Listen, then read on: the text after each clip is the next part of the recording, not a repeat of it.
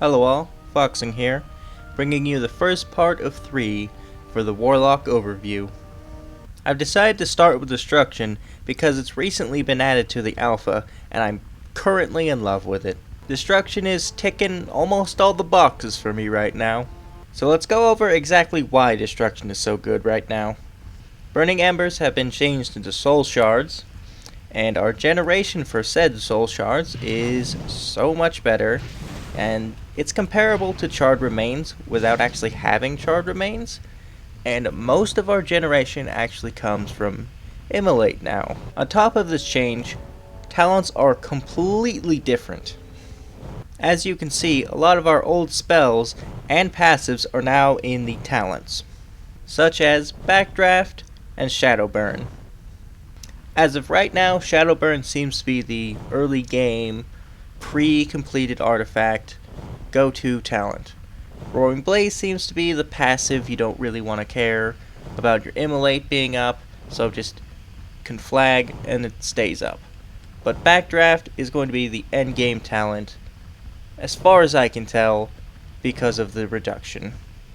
And it lasts for 5 seconds. With haste reducing Conflag's recharge time, you can get 3 charges essentially back to back. Now, for our level 30 talent tree, Reverse Entropy will reduce the cast time of Chaos Bolt and Rain of Fire, and they restore 35% of your maximum mana.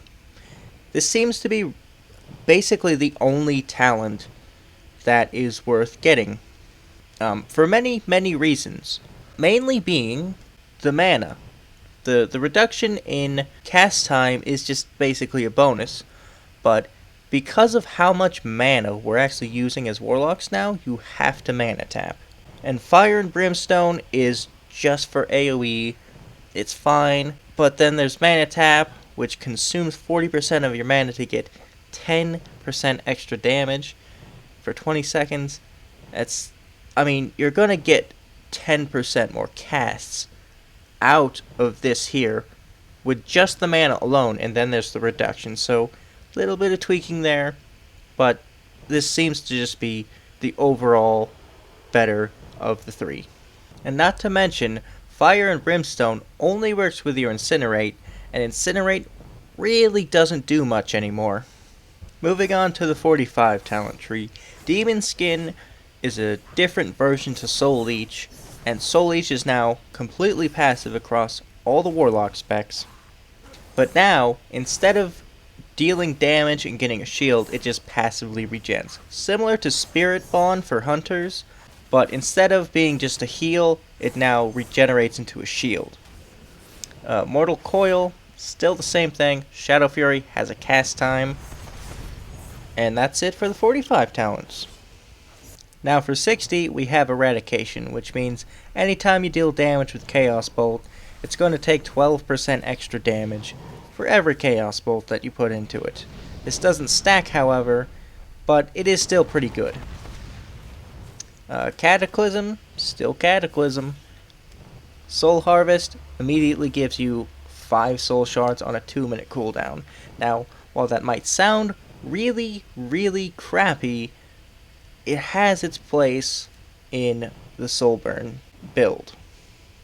For 75, we have Demonic Circle and Burning Rush for our movement. And then we have Dark Pact. Now in Legion, there seems to be a reoccurring theme here where it's movement versus durability. And luckily for the Warlock, this changes quite a bit per fight. And what really makes this a solid tier of talents is it actually can change depending on what your playstyle is.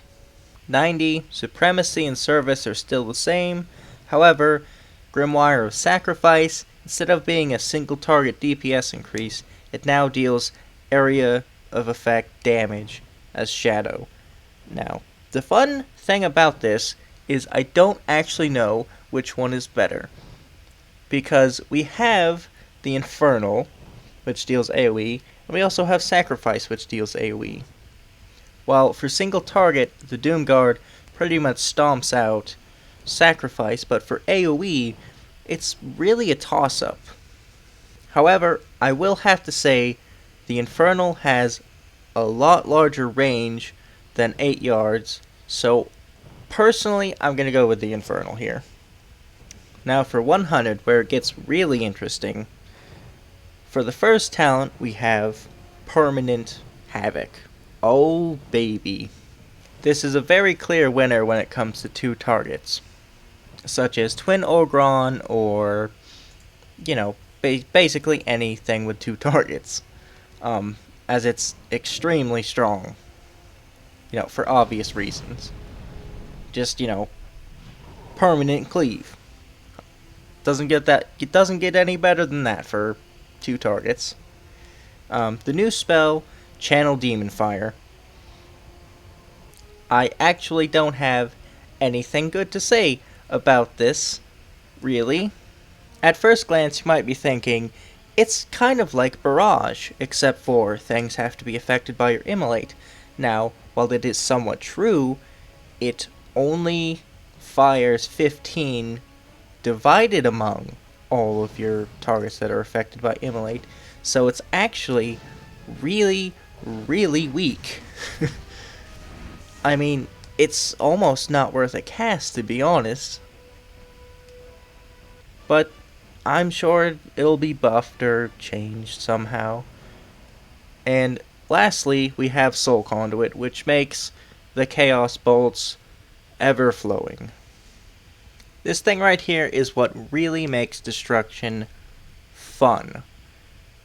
Combined with the artifact trait, which gives you 15% to refund 1 soul shard. Now, it costs 2, so every Chaos Bolt that you're casting basically has a 50% chance to only cost half the resource. So it's kind of like playing with 10 tier 18 sets on. But before we go into the actual builds, let's talk about Dimensional Rift. Dimensional Rift does a lot of damage, or at least one of them does, because apparently it's completely random what portal you get. Now, the animation doesn't work anymore. It was working, but now it's not for some reason. But anyway, sometimes you get a portal that does just a crazy amount of damage, and then other times it doesn't actually seem to do anything at all. While that's, fantastic for character feel and fantasy, like the mastery, which is, random amounts of extra damage or damage taken, it's not very good for, hey, you could either be doing an insane amount of damage or no damage at all, as in literally no damage. So it's up in the air about that one, really. Now that we've gone over most of the changes and most of the spells and talents, let's actually get into some of the builds that are emerging for destruction. Now, generally speaking, this is what the Shadow Burn, early gear, first raid tier maybe, until you get like the 4-piece, this is generally what you're going to be using as the Shadow Burn build. The reasons being is Shadow Burn costs 1 soul shard, and the death mechanic to give you soul shards back, it doesn't really play an effect here, as it's not an execute anymore. Mana tap, because reverse entropy and fire and brimstone don't really affect your Shadow Burn. You're going to be Shadow Burning a lot. Soul Harvest, this is where I said it's going to play an effect in. It's really decent. I mean, it's still at, like, Eradication, maybe, but the way I see it is, if you don't have like a lot of targets to immolate, you'll generally be taking Soul Harvest to get a lot more Shadow Burns, especially on the pull, or to really utilize Trinket if it does proc, or you have a potion maybe, something like that. Supremacy, again, it's between Sacrifice and Supremacy. We'll see which one is better there. And then Soul Conduit is just a must. for 2 targets, Havoc is probably going to pull ahead still, but 30% to refund Shadow Burn. I mean, you can get a lot of Shadow Burns from this.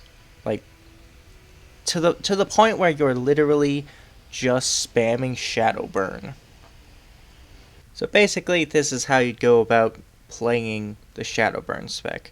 You'd start off with getting your buff up, getting your mana back, start using your shards, and then Immolate, Dimensional Rift to get it off cooldown, and then start spamming the shit out of Shadow Burn. Just Shadow Burn all over. And then whenever you run out, you can conflag or renew your Immolate. If there's a bunch of targets, you want to keep them immolated to get all of your shadow, or get your soul shards back up. Whenever mana tap goes down, just reapply it. Then go back to spamming the shit out of Shadow Burn. Conflag if you need some. Just keep spamming Shadow Burn. And then, conflag if you need it.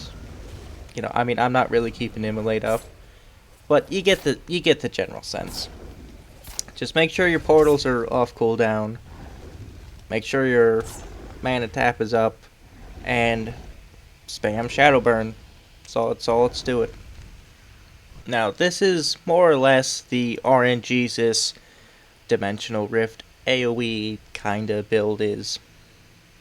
The main thing about this build is it relies on some really crazy good RNG, to say the least.